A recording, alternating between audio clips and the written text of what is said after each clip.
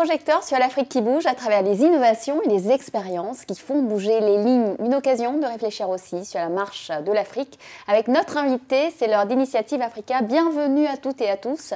Voici le sommaire de votre magazine. La crise sécuritaire au Sahel n'a aucun secret pour notre invité du jour, Sidi Kaba. Journaliste et écrivain, il décrypte régulièrement l'actualité africaine sur France 24, BBC ou encore Deutsche Welle.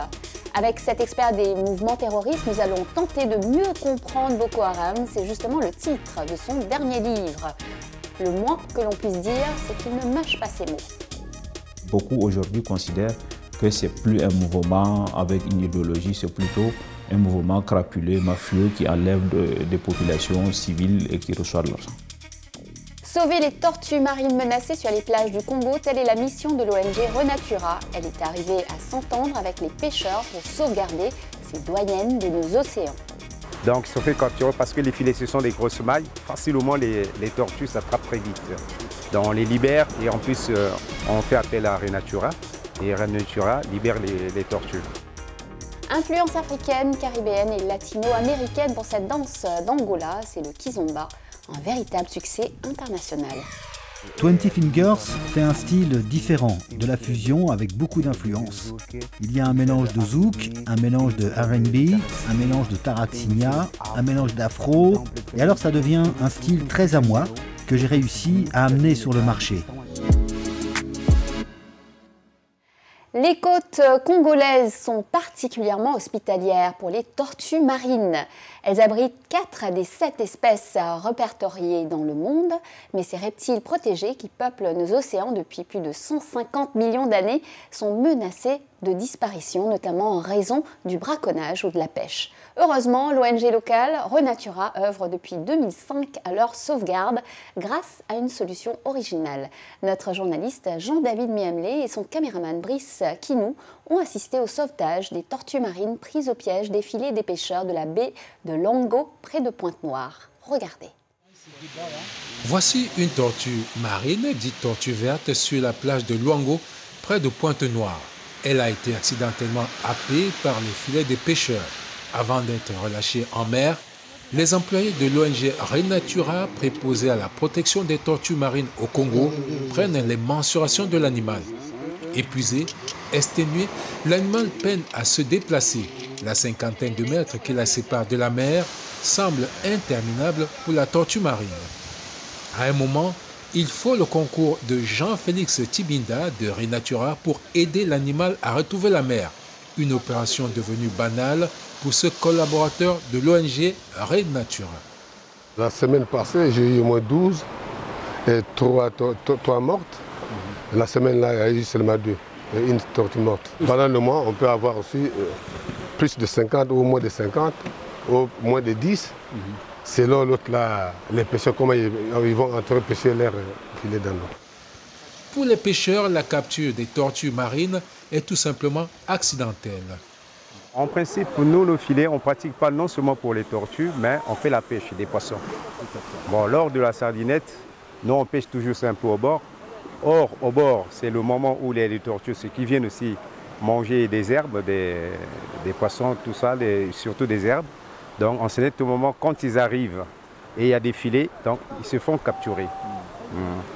Donc, ils se font capturer parce que les filets, ce sont des grosses mailles. Facilement, les tortues s'attrapent très vite. Donc, on les libère et en plus, on fait appel à Renatura et Renatura libère les tortues. Renatura, une ONG de droit congolais créée en 2005, a signé des partenariats avec les habitants de la plage de Luango pour compenser les dommages causés par la capture des tortues marines, notamment la déchirure des filets, des compensations qui font le bonheur des pêcheurs. Lorsque nous attrapons accidentellement des tortues marines, nos filets sont endommagés. Par la suite, nous faisons appel à Renatura qui nous donne des ballots de filets pour compenser les dommages causés par les tortues de mer, et ça se passe bien. Quand nous avons commencé les activités sur les libérations de tortues sur toute la côte congolaise, nous avons signé un protocole d'accord avec les pêcheurs, protocole d'accord qui nous permet donc de donner du matériel nécessaire pour coudre les filets de pêche des pêcheurs qui ont été affectés par la prise des tortues marines. Donc lorsque un pêcheur capture une tortue, il vient, il nous informe, il informe notre agent qui est là en permanence sur le terrain, et l'agent vient, il constate les dégâts au niveau du filet du pêcheur, et voyant l'ampleur des dégâts causés, il estime le nombre de bobines qu'il faut donner au pêcheur. Et après cela, le pêcheur se rapproche de nous, on lui donne des bobines qui lui permettent de réparer les dégâts causés par la tortue. En fait, les côtes congolaises sont très hospitalières pour les tortues marines du fait de l'abondance de la matière nutritive comme les algues, les mollusques, les crevettes et poissons entre autres, et de l'habitat rocheux. Une véritable nurserie pour tortues marines qui abrite déjà 4 des espèces de tortues marines répertoriées dans le monde. Effectivement, le Congo abrite 4 des 7 espèces qui existent au niveau mondial chez les tortues marines. Et toute l'année, dans nos eaux, on a différentes espèces qui se succèdent. Donc les tortues marines, c'est des espèces migratrices, ce qui veut dire qu'en fait, elles parcourent de longues distances entre leur lieu de reproduction et leur lieu d'alimentation. Donc la baie de Luango, où on est durant le reportage, c'est un endroit où les tortues vertes passent la plupart de leur temps à leur stade juvénile pour venir s'alimenter. Mais on accueille aussi par exemple des tortues luttes. Et les tortues luttes au niveau mondial, le Congo, c'est le premier site à l'heure actuelle qui accueille autant d'individus de cette espèce-là. Avant, c'était la Guyane française. Aujourd'hui, les tendances se sont inversées. Donc non, ce n'est pas une légende. Le Congo accueille de nombreuses tortues marines qui viennent ici soit pour s'alimenter, soit pour se reproduire. Et ça, c'est lié particulièrement à la richesse en fait, de la biodiversité marine qu'on peut y retrouver et qui fait partie de leur chaîne alimentaire. Mais aussi en fait, au profil qu'on a des plages sur la côte congolaise qui permettent aisément aux tortues de monter et de venir nidifier pour se reproduire sur les côtes. Pour autant, une menace plane à l'horizon. Le nombre de captures de tortues qui viennent sur les côtes congolaises ne cesse de baisser. D'environ 3000 il y a 5 ans, l'on en est à 300 en moyenne ces dernières années.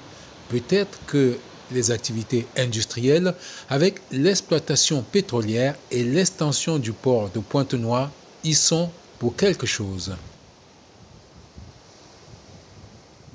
C'est le moment de retrouver notre invité Seydi Kaba qui, après son voyage au cœur de Boko Haram, publié en 2020 aux éditions de l'Harmattan, signe son 2e livre pour comprendre Boko Haram, avec l'ambition de faire comprendre les dessous méconnus de cette organisation terroriste née à Difa, au sud-est du Niger, la région natale de l'auteur. Seydi Kaba répond aux questions de François Baudry et détaille l'historique du mouvement dans cette première partie d'interview. Seydi Kaba, bonjour. Bonjour. Vous êtes à la fois journaliste, écrivain, et vous êtes aujourd'hui l'un des meilleurs spécialistes du mouvement terroriste Boko Haram. Il faut ajouter que vous êtes originaire de Difa, au Niger, qui est un des lieux historiques où est né Boko Haram. Vous avez écrit un premier livre, Voyage au cœur de Boko Haram, et aujourd'hui l'actualité se porte sur ce mouvement dont il y a un mois, il y a eu la mort d'un de ses chefs, en combat contre une autre faction de Boko Haram. Quelle est la situation aujourd'hui? Oui, c'est tout à fait exact. Et vous faites bien de rappeler que Aboubakar Shekau, qui dirige une des 2 factions de Boko Haram, vient de décéder. Et il laisse derrière lui aujourd'hui un mouvement djihadiste plus que divisé. On se souvient qu'en 2016, en mars 2016, au moment de l'allégeance à l'État islamique au Levant, en Irak et en Syrie, Boko Haram était devenu la province de l'État islamique en Afrique de l'Ouest, qu'on connaît plus communément sous le nom de ISAWAP, de son sigle anglais. Et aujourd'hui, les 2 seuls sont dans une situation de rivalité avec des combats fratricides régulièrement qui font des dizaines et des dizaines de morts dans les rangs de désert de Boko Haram. Mais à la surprise générale, le décès d'Aboubakar Shekau offre une sorte d'opportunité de réunification du mouvement.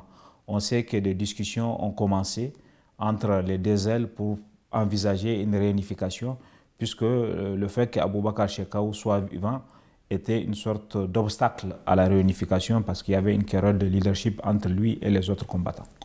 Donc vous pensez que ces 2 groupes vont fusionner à nouveau? En tout cas, il y a même eu, on attend d'en avoir la confirmation, il y a eu une déclaration commune, une vidéo a circulé dans les milieux de spécialistes de ce mouvement, disant que les deux ailes sont prêtes désormais à surmonter leurs divergences pour se réunifier parce qu'elles estiment qu'aujourd'hui, leur ennemi commun, ce sont les États de leur zone de combat, à savoir le Nigeria, le Niger, le Cameroun et le Tchad, et qu'il n'y a plus de raison qu'elles continuent dans leur rivalité et qu'il vaut mieux se réunir. Ensemble, les deux ailes seront plus fortes, elles pourront mieux combattre les États et, comme ils disent, les mécréants. C'est un groupe aujourd'hui qui est considéré comme le plus meurtrier au monde, avec 40 000 morts, c'est énorme. Est-ce qu'il va continuer à être ce groupe violent qu'on lui connaît? La question est très pertinente parce qu'au moment de la scission, l'aile de Aboubakar Shekau avait décidé de ne plus faire la distinction entre les cibles militaires étatiques et les populations civiles. Elle tuait comme ça, sans tri, elle tuait de façon indéterminée les populations civiles, les casernes militaires. Et l'autre aile, qui n'est pas celle de Shekau, l'aile rivale, elle a estimé qu'il ne faut pas s'en prendre aux cibles non étatiques et non militaires. Donc elle épargnait les civils. Et avec la réunification, il y a la disparition de Shekau, il y a des chances qu'il y ait moins de morts, que les personnes civiles soient épargnées parce que dans le mouvement djihadiste, une bonne partie, y compris de l'état-major du mouvement, considère qu'on ne doit pas s'en prendre aux civils et aux femmes et aux enfants, aux groupes les plus vulnérables. Avec la disparition de Shekau, ces cibles-là pourraient être épargnées et on aurait peut-être moins de morts. Mais comme vous avez si bien dit, Boko Haram a déjà fait 40 000 morts, c'est le mouvement le plus meurtrier au monde, même s'il arrête aujourd'hui, le passif est trop important. Quand on lit ce que vous avez écrit sur leur financement, il y a le vol de bétail, les taxes sur les marchandises, sur le commerce, les enlèvements contre rançon. On est proche d'une activité mafieuse, non? Absolument. Boko Haram, à sa naissance en 2002, sur la frontière entre le Niger et le Nigeria, à Kanama, et sous la direction, sous le leadership de Mohamed Youssouf, son fondateur, était dans une idéologie religieuse, était dans l'utilisation de la force des arguments. Et après son basculement en 2009 dans la violence, le mouvement a commis des actes et finalement, de fil en aiguille, il a basculé dans la crapulerie. Et nous avons pu documenter qu'entre janvier 2020 et novembre 2020, près d'1 million d'euros ont été payés par les familles des personnes qui ont été enlevées, des petites sommes qui ont été rassemblées, des bijoux des familles qui ont été vendus pour réunir la rançon et être payés. Donc Boko Haram a effectivement basculé dans la crapulerie et beaucoup aujourd'hui considèrent que ce n'est plus un mouvement avec une idéologie, c'est plutôt un mouvement crapulé, mafieux qui enlève des populations civiles et qui reçoit de l'argent. Bienvenue pour la deuxième partie de notre émission. Je vous emmène maintenant sur les traces du kizomba, une danse qui a commencé à se propager dans le monde entier dans les années 2000.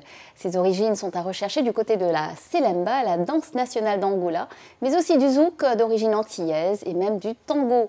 Paris accueille même chaque année un congrès kizomba de 5 jours. Lorraine Rimondi a rendu visite à Maputo, au Zimbabwe, à l'un des ambassadeurs de cette danse énergique et langoureuse, 20 Fingers. Regardez. C'est dans ce minuscule studio de production situé au cœur de Maputo, la capitale du Mozambique, que 20 Fingers a écrit ses tubes. Je t'aime, Let Put Down et le dernier né, Asuma.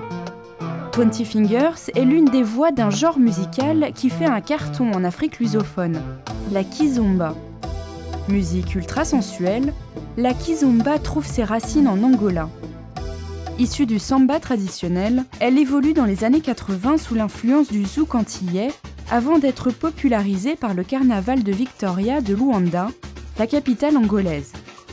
Pour 20 Fingers, la kizomba, c'est une vocation. Pourquoi 20 Fingers? Le nom m'a plu. Parce que je fais de la musique avec mes propres doigts et aussi mes pieds qui m'amènent partout pour faire la promotion de mon travail. J'ai pensé rendre hommage à mes doigts et donc maintenant, il y a 20 Fingers.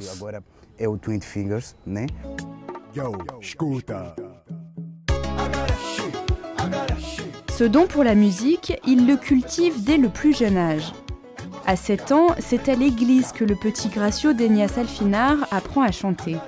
Quelques années plus tard, devenu producteur et musicien, il croise le chemin de DJ Faya, alors très en vogue. De cette rencontre naît Agara, un tube qui fait exploser sa cote de popularité. S'il a gardé son air angélique, 20 Fingers déchaîne aujourd'hui les passions de la jeunesse de son pays sur des clips romantiques. Le secret de son succès, un look d'abord. Et surtout, avoir su faire évoluer le genre de la kizomba avec un style bien à lui. 20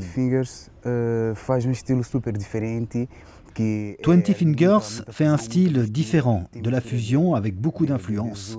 Il y a un mélange de zouk, un mélange de R&B, un mélange de taraxinia, un mélange d'afro, et alors ça devient un style très à moi, que j'ai réussi à amener sur le marché. On adhère à ces musiques, on est en train d'adhérer à ce style qui plaît.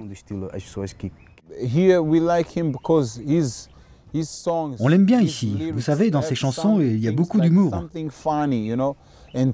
Ses paroles sont drôles, elles ont un côté sexy aussi. Il parle de choses qu'on le connaît, de sujets qu'on discute entre nous, de notre quotidien en fait. Une popularité qui a traversé les frontières jusqu'en Europe. Repéré par un producteur portugais en début d'année, il se produit désormais au Portugal, en Suisse et en Italie. Un succès remarquable au regard des difficultés rencontrées par les artistes africains. Car 20 Fingers n'a jamais sorti un seul CD. Sa renommée, il la doit à son talent, aux réseaux sociaux et à un sacré sens de la débrouille. La difficulté, c'est que je fais tout par moi-même. Il n'y a pas moyen d'avoir un soutien. Actuellement, je n'ai aucune aide qui me permette de faire un CD original et de le vendre, le placer sur le marché. Je fais tout de ma poche. Mais même si maintenant je n'ai personne pour me financer, pour m'aider pour la promotion de ma musique et la production d'un CD, je crois que ça finira par arriver. S'il reste optimiste, 20 Fingers pointe du doigt le manque de structure et de soutien de la part des institutions publiques. Comme tous les artistes du pays, il attend une véritable politique culturelle. Premièrement, il faudrait éliminer le piratage qu'il y a dans notre pays. Deuxièmement, amener des maisons d'édition dans notre pays, des éditeurs sérieux. Troisièmement, il faut faire ce qu'ils font dans les autres pays. Quand ils passent une chanson d'un musicien à la radio, il doit en recevoir un pourcentage. C'est ce qui manque ici. Quand un musicien ou un chanteur s'engage dans la musique, c'est parce qu'il veut vivre de sa musique. Combattre le piratage, créer des sociétés d'édition sérieuses et payer les artistes, tout ça. Ça compte beaucoup pour nous, les artistes.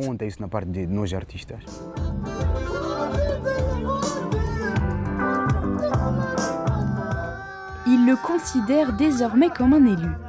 Les artistes qui se serrent les coudes dans le studio de 20 Fingers espèrent qu'il fera bouger les choses. Et qu'un jour, tous pourront vivre de leur musique. Parmi les nouveaux projets de 20 Fingers, une collaboration avec Abuchamo Monato. Un duo qui permettra peut-être à son ami de connaître à son tour le même succès.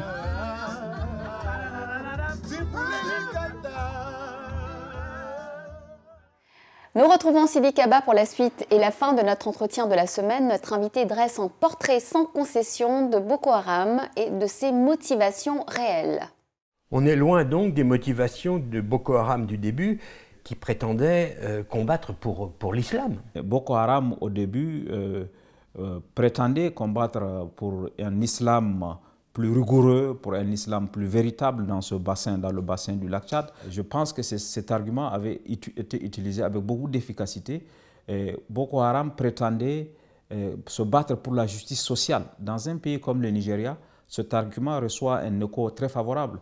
Le Nigeria produit 2 millions de barils de pétrole par jour et au moins 50% de la population vit en dessus de la pauvreté parce que l'argent est détourné par les élites qui viennent au pouvoir, qu'elles soient civiles ou militaires. Et Boko Haram a expliqué aux gens que sa volonté, c'est de rétablir la justice sociale, de redistribuer plus efficacement les richesses du pays. Et ça, cet argument a été très porteur. Mais de fil en aiguille, l'ensemble des arguments qui ont fait que Boko Haram a obtenu l'adhésion des populations au début ont été abandonnés et le mouvement est allé plutôt vers la crapulerie et d'autres considérations. Si j'entends ce que vous dites, ce n'est plus un projet religieux, ce n'est plus un projet social, mais tout simplement, c'est une mafia qui s'est constituée. Oui, les idéaux qui ont présidé à la création de Boko Haram, qui ont été portés par Mohamed Youssouf, son fondateur, entre 2002 et 2009, ont été complètement trahis, ont été complètement dévoyés. Aujourd'hui, Boko Haram procède à des expéditions, à des attaques, et le butin est ramené, le butin est partagé. Dans le livre Voyage au cœur de Boko Haram, des combattants ont témoigné sur la clé de répartition. Quand le butin est ramené, les chefs prennent une partie du butin, ils donnent une partie dérisoire aux combattants qui ont été menés des guerres et les chefs se sont progressivement enrichis. Et le mouvement aujourd'hui sert beaucoup plus à l'enrichissement de quelques personnes, à des motivations d'ordre personnel, à des agendas personnels qu'à la défense d'une idéologie, à une volonté de développement de l'islam. Toute la propagande qui est faite autour de l'idée du califat qu'on veut créer ne sert qu'à être instrumentalisé pour rapporter des biens matériels et des biens en numéraire à quelques personnes qui sont les dirigeants du mouvement. Vous avez donc écrit ce livre pour comprendre Boko Haram. Ça veut dire que vous souhaitez expliquer notamment aux jeunes, c'est ce que vous écrivez, ce qu'est Boko Haram, mais aussi peut-être pour les prévenir de ce qui s'y passe. Tout d'abord, les jeunes combattants, les jeunes qui sont avec Boko Haram, combien sont-ils environ ? Oui, il n'y a pas d'estimation très précise sur les effectifs de Boko Haram, mais d'après les estimations que nous avions faites, en croisant les deux sources, on se retrouve autour de 10 000 personnes. Donc on peut imaginer que dans ces 10 000, il y a quoi, un tiers de jeunes beaucoup plus que ça, parce que ces jeunes étaient recrutables, ils n'avaient pas de perspectives. Dans la région de Difa que je connais le plus, beaucoup de gens qui sont partis dans Boko Haram ne pesaient même pas leurs 5 prières régulières.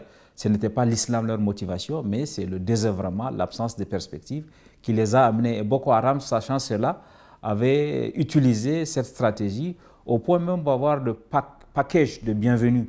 Quand un jeune arrive, on lui donne une moto, on lui donne un forfait d'arrivée et souvent on lui propose une épouse. Donc ça a créé de la motivation. Beaucoup de jeunes sont partis et quand ils sont revenus, ce qui s'est passé avant que les États ne prennent conscience du phénomène, les premiers qui étaient partis étaient revenus pour parader, pour montrer à ceux qui ne sont pas partis tout l'intérêt qu'il y a à partir et ainsi de suite. Beaucoup de jeunes sont partis et aujourd'hui encore, il y a quelques jeunes qui peuvent toujours partir dans Boko Haram.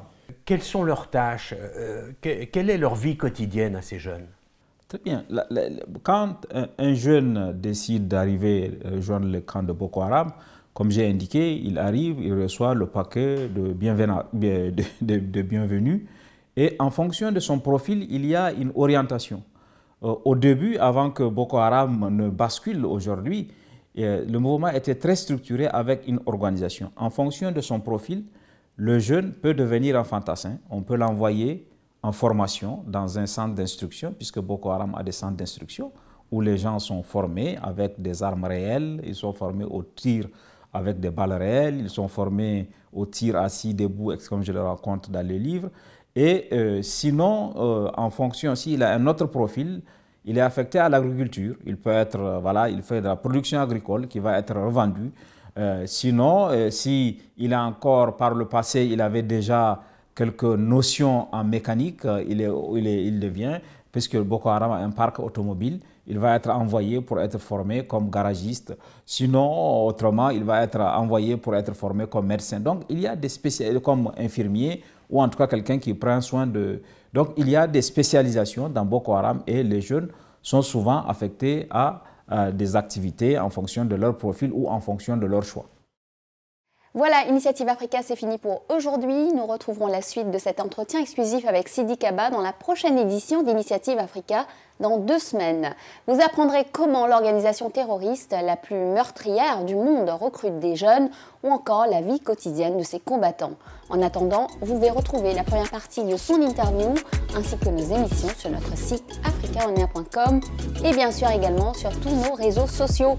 N'hésitez pas à liker, partager, commenter avec le hashtag Initiative Africa TV Show. Et n'oubliez pas, la semaine prochaine, même chaîne, même heure, je vous donne rendez-vous avec Business Africa. Bonne semaine à tous!